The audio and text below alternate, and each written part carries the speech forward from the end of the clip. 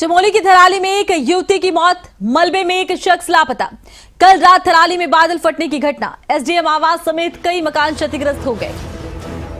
CM Dhami ने प्रशासन से जानकारी ली है। स्थानीय विधायक से भी सीएम धामी ने बात की है। कल रात थराली में बादल फटा और इसके बाद तबाही का एक मंजर देखने को मिल रहा है। सीएम धामी खुद इस पूरी घटना पर नजर बनाए हुए हैं। प्रशासन के सीएम धामी संपर्क में हैं। प्रशासन ने विधायक से भी बातचीत की है। सीएम धामी ने प्रशासन से भी जानकारी ली है राहत बचाव कार्यों को लेकर। तो कल रात थराली में बादल फटा। बादल फटने के बाद चारों तरफ मलबा ही मलबा। एक युवती की मौत, एक शख्स मलबे में लापता। राहत बचाव कार्य जारी।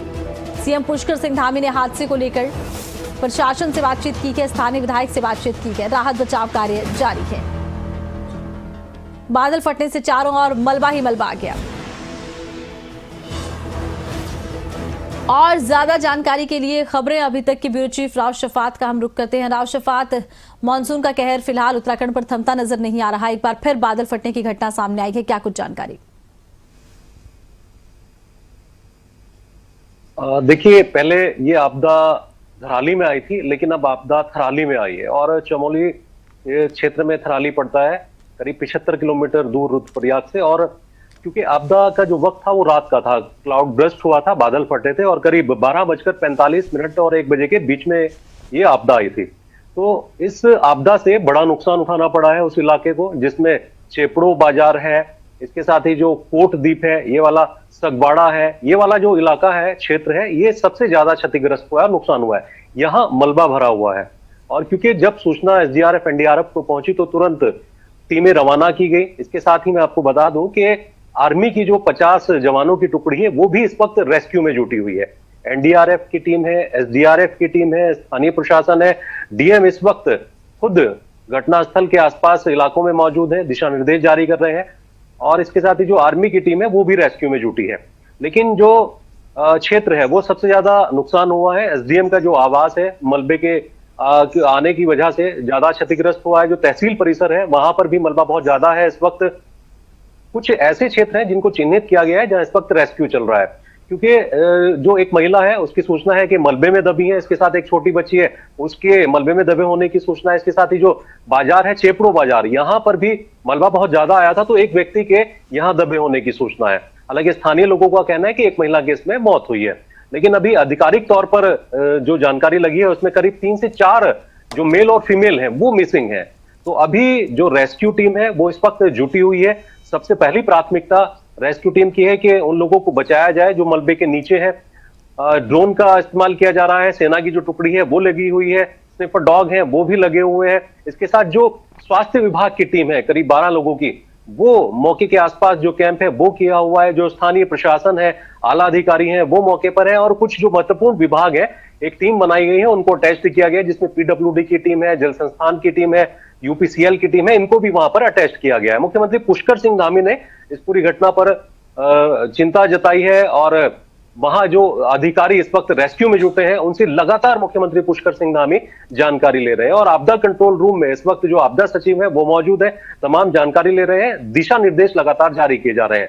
क्योंकि घटना रात के वक्त हुई थी तो उस वक्त जो आसपास के इलाके हैं, जब पानी बहुत तेजी से आया तो मलबे के साथ जो कुछ मकान है वो उसके चपेट में आ गए थे। जो कुछ मकान है उनके अंदर जो लोग रह रहे थे वो बताए जाते हैं कि अभी खतरे की जद में है। और जो कुछ अभी जिक्र किया, जैसे मैंने 3 से 4 लोग अभी मलबे के नीचे दबे हो सकते हैं, तो रेस्क्यू अभी चल रहा है। हालांकि अभी क्योंकि मलबा बहुत ज्यादा है, हटाना बहुत आसान नहीं है। कुछ जो मार्ग है देखिए वो भी बंद है। जो ग्वालदम मार्ग है, ये ग्वालदम मार्ग अभी बंद है, ये बाधित है।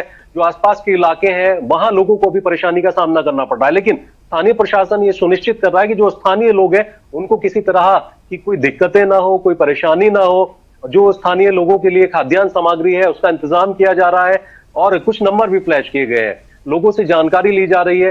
तो ये तमाम रेस्क्यू अभियान अभी इस वक्त चल रहा है। जी, तो रेस्क्यू अभियान अभी भी चल रहा है। अच्छा राव शफात, देखिए जब बादल फटने की घटनाएं होती हैं कई बार देखा गया है कि रास्ते भी बह जाते हैं, कई जगह पर पुल बह जाते हैं और राहत बचाव कार्य बेहद मुश्किल हो जाता है। क्या ऐसी स्थिति यहाँ बनती नजर आई?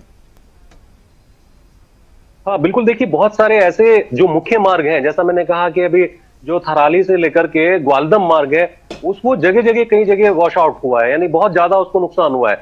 लेकिन जो लिंक मार्ग है उन इलाकों में, जो दूरस्थ इलाकों में लोग रहते हैं, वो जो मार्ग है वो भी क्षतिग्रस्त हुए हैं मुख्य मार्ग के साथ साथ। और क्योंकि जब बाधित होता है आवागमन तो परेशानियों का सामना जाहिर सी बात है करना पड़ता है उन स्थानीय लोगों को अपने उन जरूरी काम से जाने के लिए या कहीं भी।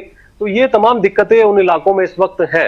हालांकि जिस तरह से आपदा आई है तुरंत एक रेस्क्यू टीम पहुंची है और अभी भी जो रेस्क्यू टीम है वो भी पहुंच रही है। लगातार राज्य सरकार इस पर ध्यान दे रही है, तो लगता है कि बहुत जल्दी रेस्क्यू पूरा कर लिया जाएगा। लेकिन क्योंकि सड़क बनाने में बिजली बाधित हो जाती है, तार टूट जाते हैं, जो नेटवर्किंग है वो खराब हो जाती है, तो ये तमाम जितने भी नुकसान होते हैं इसमें थोड़ा सा वक्त लगता है इनको सही करने में और सुधारने में। लेकिन इसीलिए राज्य सरकार ने तुरंत टीमों को अटैच कर दिया है। जैसा मैंने अभी बताया कि पीडब्ल्यूडी की टीम है, जो सड़क बनाने वाली टीम है, जहां जहां से सड़क टूटी है वो जल्दी से उस सड़क मार्ग को बनाएगी। जो मलबा आया है उस सड़क से हटाया जाएगा। इसके साथ जो यूपीसीएल की टीम है, वो जो बिजली बाधित हुई है, बिजली के तार टूटे हैं, खंभे टूटे हैं, उनको दुरुस्त किया जाएगा। इसके साथ जो जल संस्थान की टीम है, क्योंकि पानी बाधित हो जाता है, पाइपलाइनें टूट जाती है, वो टीम भी वहां पर मौजूद है। तो लेकिन थोड़ा सा वक्त लगेगा क्योंकि आपदा बहुत ज्यादा है, मलबा बहुत ज्यादा है।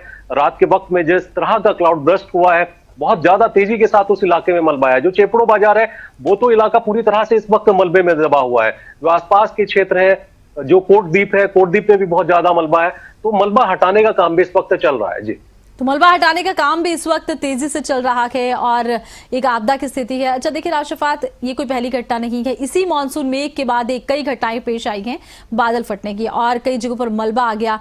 अब तक जितनी घटनाएं हुई हैं उनको लेकर फिलहाल क्या स्थिति है उत्तराखंड में? कितना आपदा से निपटने का प्रयास किया गया है और क्या स्थिति सामान्य होती नजर आती है इससे पहले जहां बादल फटे थे, जो ऊंचाई वाले इलाके हैं रुद्रप्रयाग के आसपास के? देखिए, क्योंकि मौसम विभाग समय समय पर एडवाइजरी भी जारी करता है और red alert, yellow alert, orange alert इस तरह भी जारी करता है कि कुछ इलाकों में कहां बारिश हो सकती है तेज, और तो लोगों को सावधानी बरतने के लिए भी कहा जाता है।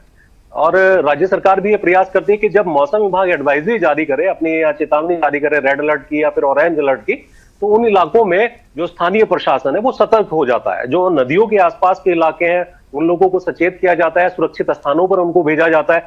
लेकिन क्योंकि बारिश बहुत ज्यादा है और बारिश ज्यादा होने की वजह से जो नदियों का जल स्तर है इस वक्त बढ़ा हुआ है। जो नदियों के आसपास इलाकों के आसपास लोग रहते हैं वो थोड़ा सा खतरे की जद में आ जाते हैं। तो स्थानीय प्रशासन ये कोशिश करता है कि उन जो स्थानीय लोग हैं उन इलाकों के आसपास रहते हैं उनको सुरक्षित स्थानों पर ले जाया जाए। तो ये तमाम कवायदें चलती हैं। इसके साथ ही खाद्यान्न सामग्री की कोई दिक्कत ना हो, सबसे बड़ी समस्या हो जाती है खाद्यान्न सामग्री की। इसको लेकर के स्थानीय प्रशासन ये सुनिश्चित करता है कि उन इलाकों में, दूरस्थ इलाकों में जहां मार्ग कट गए हैं, जहां से रोड नहीं है, वॉश आउट हो गई है, इन इलाकों में कोई परेशानी ना हो, पानी का कोई संकट ना हो। तो ये तमाम व्यवस्थाएं राज्य सरकार के निर्देश पर स्थानीय प्रशासन करता है। लेकिन क्योंकि अभी हालात बहुत बेहतर नहीं है और आर्थिक क्योंकि बारिश लगातार हो रही है, जो ऊपरी इलाके हैं वहां पर भी अभी लगातार बारिश चल रही है, तो ऐसे में होता क्या है कि रेस्क्यू ऑपरेशन दिक्कतों में आता है। रेस्क्यू ऑपरेशन करने में परेशानियों का सामना करना पड़ता है। जो टीमें जुटी हुई होती हैं उनको उन स्थानों तक पहुंचने में मुश्किलों का सामना करना पड़ता है। मार्ग क्योंकि टूट जाते हैं, मलबा बहुत ज्यादा हो जाता है, तो रेस्क्यू के लिए परेशानी होती है। बिल्कुल, चलिए बहुत शुक्रिया राशिफात, तमाम जानकारी आपने